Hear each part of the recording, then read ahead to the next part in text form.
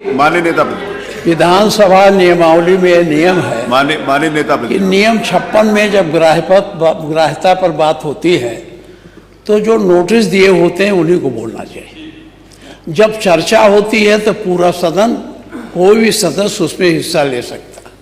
मैं कोई आपत्ति इस बात की है, क्या माननीय सदस्य ने आपको कोई नोटिस दी थी? अगर नहीं नोटिस दी है तो ग्राह्यता पर इनको कैसे बोलने दिया गया? मैं ज़्यादा नहीं, दो बात कहना चाहता हूँ। मैं बहराइच खुद गया था। माननीय मुख्यमंत्री जी, बहराइच में जिस रास्ते से जुलूस निकलता था उस रास्ते में परंपरागत रूप से 50 मीटर में बड़ी घनी बस्ती है और वहाँ बड़ी संख्या में मुस्लिम आबादी है। जब पहले जुलूस जाता था तो वहाँ बड़ी संख्या में फोर्स लगा दी जाती थी। अब की बार कोई फोर्स लगाई नहीं गई और वहीं झगड़ा वितंडाबाज शुरू किया गया। अब ये कहना कि फोर्स मांगी नहीं गई, अरे सुनिए चुप रहो। हम भी जानते हैं। अरे शांत देखिए, मानवर प्लीज शांत। वहाँ के थानाध्यक्ष ने पुलिस अधीक्षक को चिट्ठी लिखा था। थाना हरजी क्षेत्र में हर वर्ष की भांति इस वर्ष भी दशहरा हर्षोल्लास से मनाया जाएगा, जिसको सकुशल संपन्न कराने हेतु अतिरिक्त पुलिस बल की मांग हेतु प्रत्यावेदन। महोदय, सादर निवेदन है कि थाना स्थानीय क्षेत्र पूर्व की भांति इस वर्ष भी दशहरा पूरे हर्षोल्लास के साथ मनाया जाएगा। त्यौहार के पूर्व की भांति इस वर्ष भी सकुशल संपन्न कराने हेतु इस अतिरिक्त बल, जिसमें 1.5 section PAC, 1.5 section paramilitary force की आवश्यकता है, जिसकी उक्त त्यौहार सकुशल संपन्न कराया जा सके। ये चिट्ठी है। तो जब वो चिट्ठी आपका यशो पुलिस अधीक्षक को लिखा तो ये फोर्स क्यों नहीं दी गई? क्योंकि वो समझता था यहाँ हो सकता है। उन्होंने किया तो ये आपके पुलिस प्रशासन की पूरी उदासीनता या तो उनकी साजिश का परिणाम है, यह बहराइच का दंगा। मैंने ये चिट्ठी आप वेरीफाई करवा लीजिएगा, देख लीजिए। अगर दिया गया, अगर ये फोर्स दे दिया गया होता तो वहाँ बहराइच में दंगा नहीं होता। बड़े पैमाने पर दुकानें जलाई गई, एक नौजवान गोली लगी मर गया। इसके साथ ही साथ वहाँ तो जो हुआ वहाँ से 25 किलोमीटर दूर जाकर वहाँ भी दुकानें फूंकी और जलाई गई। एक अनूप शुक्ला है, उनका पूरा वही जला दिया गया। अगर ये इस तरह की बात होती, अनूप शुक्ला का एक वो था, शोरूम था मोटरसाइकिल का, वो जलाया गया, उनके कागज जलाए गए। तो इसको, अरे भी आप रहे होंगे वहाँ, जानते होंगे, हम तो जानते नहीं, आप उसमें सम्मिलित रहे होंगे। तो जो उसमें सम्मिलित रहता वही नहीं जानता है, हम कहाँ जान पाते। तो इसलिए मैं एक बात ये मुझे कहना था, इसकी जांच आप जरूर करवाइए। क्या पुलिस अधीक्षक के स्तर पर ये अगर गलती हुई, जिसमें 50 तमाम लोग, 7 लोग जेल में हैं, कितने लोग भागे हैं, 10 भागे हैं, वो इस भय को भी दूर करिए।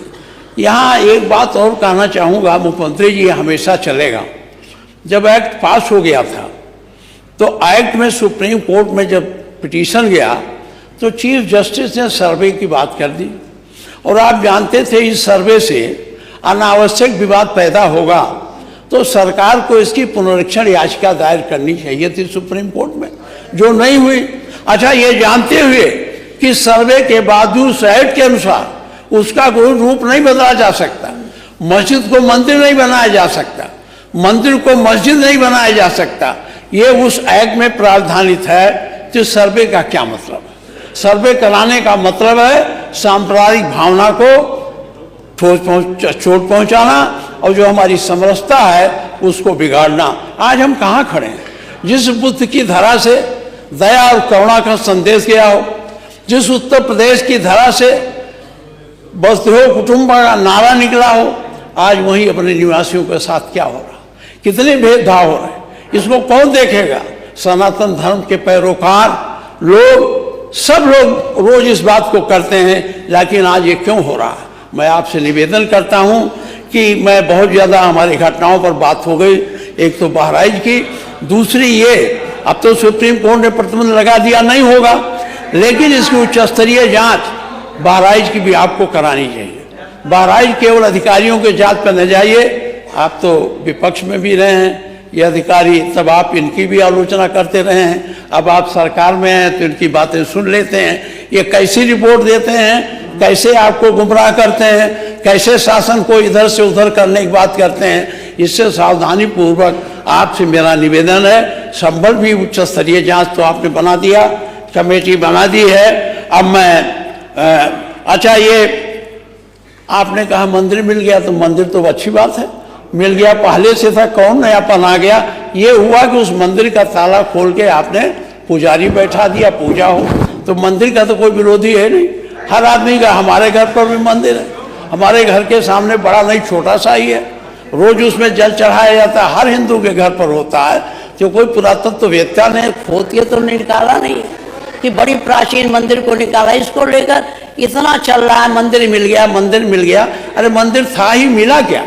मंदिर था। इसलिए मैं आपसे आग्रह करूंगा, इस उत्तर प्रदेश की धरा को आप सांप्रदायिकता के आग में जाने से बचाइए। अगर ये सांप्रदायिकता की आग भड़की तो पूरा उत्तर प्रदेश यानी पूरा हिंदुस्तान में एक ऐसी स्थिति पैदा होगी जो हमारी समरसता है, जो हमारा हिंदू मुसलमान का भाईचारा है, वो टूटेगा। और जब वो टूटेगा तो अच्छी स्थिति नहीं बनेगी। इसलिए मैं आपसे आग्रह करता हूं कि आप इन दोनों घटनाओं का, आपने वहां तो, अब नहीं जानता, कमीशन ऑफ इंक्वायरी एक्ट के अंतर्गत उसे आपने जारी किया है। अगर कमीशन ऑफ इंक्वायरी एक्ट के अंतर्गत हुआ है तब तो जांच रिपोर्ट सदन के पटल पर आएगी। अगर कमीशन ऑफ इंक्वायरी एक्ट के अंतर्गत आपने जांच नहीं बैठाई है, सदन के पटल पर नहीं आएगी। मेरा आपसे अनुरोध है कि अगर वो सदन, वो कमीशन ऑफ इंक्वायरी एक्ट में नहीं है तो उसे उसी स्तर पर है जिससे उनकी रिपोर्ट सदन में आ जाए और हम लोग पूरे तथ्यों से वाकिफ हो सकें। मैं इन्हीं शब्दों के हिसाब से कहता हूँ, सारे लोगों की इच्छा इस पर चर्चा हो जाए।